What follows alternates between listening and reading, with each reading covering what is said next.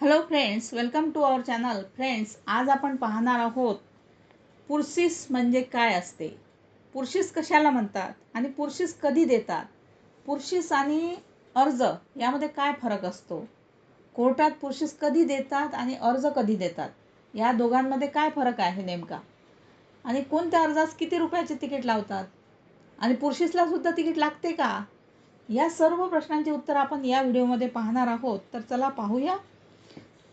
आता आपण पुर्शिस म्हणजे काय हे समजावून घेऊया. आधी आपल्याला कोर्टास एखाद्या गोष्टीबद्दल लेखी माहिती द्यावायची असेल तर तिला आपण पुर्शिस म्हणतो. आता समजा पुरावा बंद करण्याची पुर्शिस द्यायची असेल तर कोर्टास आपणाला ही माहिती द्यायची असते की आमचा पुरावा संपलेला आहे, त्यामुळे आपण त्या संदर्भातील पुर्शिस देत असतो कोर्टाला. या उलट परिस्थिती पाहिली तर विनंती अर्ज. आता अर्ज कधी देतात तर विनंती अर्जामध्ये आपणाला कोर्टाकडून परवानगी मागायची असते, जसे की म्हणणे दाखल करण्यास परवानगी मिळावी आणि अर्जास तुम्हाला 5 रुपये किंवा 10 रुपयाची तिकीटसुद्धा लावावी लागते. आता आपणास कोर्टास एखाद्या गोष्टीबद्दल लेखी माहिती द्यावायची असेल तर तिला आपण पुर्शिस म्हणतो.